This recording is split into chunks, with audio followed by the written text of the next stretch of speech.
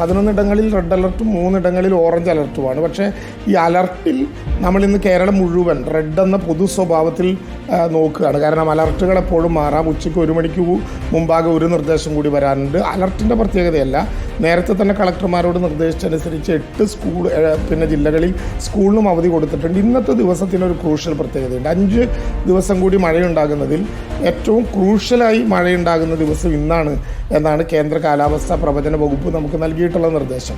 അതുകൊണ്ട് മലയോര യാത്രയും പൊതുയാത്രയും പരമാവധി ഒഴിവാക്കാവുന്നതാണെങ്കിൽ ഒഴിവാക്കുക. 50 പേര് മാത്രമേ ഇതുവരെ ക്യാമ്പുകളിലേക്ക് വന്നിട്ടുള്ളൂ. പക്ഷേ 4000-ഓളം ക്യാമ്പുകളുടെ സൈറ്റുകൾ സജ്ജമാണ്. 6 ലക്ഷത്തോളം പേർ വന്നാലും സുരക്ഷിതമായി താമസിക്കാനുള്ള സൗകര്യങ്ങൾക്കുണ്ട്.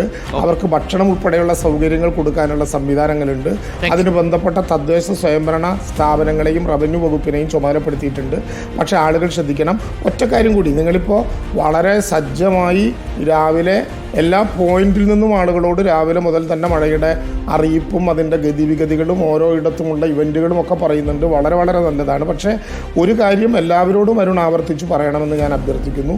സോഷ്യൽ മീഡിയയിൽ ഷെയറും ലൈക്കും വെച്ച് തെറ്റായ വിവരങ്ങളോ ബോധ്യമല്ലാത്ത കാര്യങ്ങളോ ഇപ്പോൾ നാം സംപ്രേഷണം ചെയ്യാൻ നിൽക്കേണ്ടതില്ല, ഷെയർ ചെയ്യാൻ നിൽക്കേണ്ടതില്ല.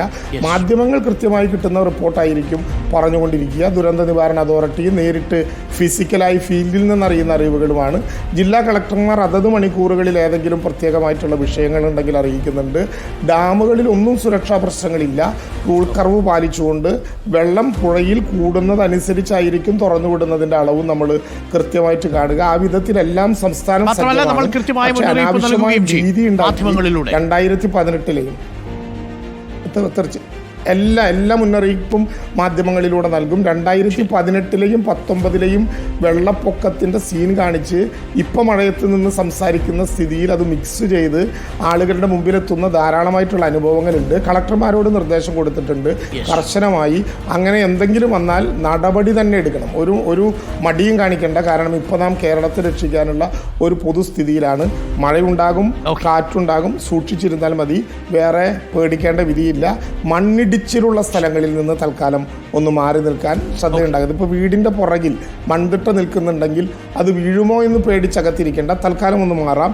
എവിടെയെങ്കിലും മാറണമെന്ന് തോന്നിയാൽ തദ്ദേശ വകുപ്പിനോടോ റവന്യൂ വകുപ്പിനോടോ പറഞ്ഞാൽ നിങ്ങളുടെ വീടിൻ്റെ ഏറ്റവും അടുത്ത് ഉടനടി ആ സംവിധാനം ഉണ്ടാക്കുമെന്ന കാര്യവും ഉറപ്പ് നൽകുന്നു. Thank you minister. Thanks a lot. Have a wonderful day. എന്തായാലും ഇന്നും സുരക്ഷിതമായ ഒരു ദിവസമായിരിക്കട്ടെ മലയാളികൾക്ക്. Thank you minister. Minister K രാജനാണ് നമുക്കൊപ്പം ചേർന്നത്. റവന്യൂ വകുപ്പ് മന്ത്രി. ആശങ്ക വേണ്ടതില്ല. എന്നാൽ അതേസമയം തന്നെ ചില കാര്യങ്ങൾ പ്രത്യേകം ശ്രദ്ധിക്കണമെന്ന് മിനിസ്റ്റർ പറയുന്നുണ്ട്.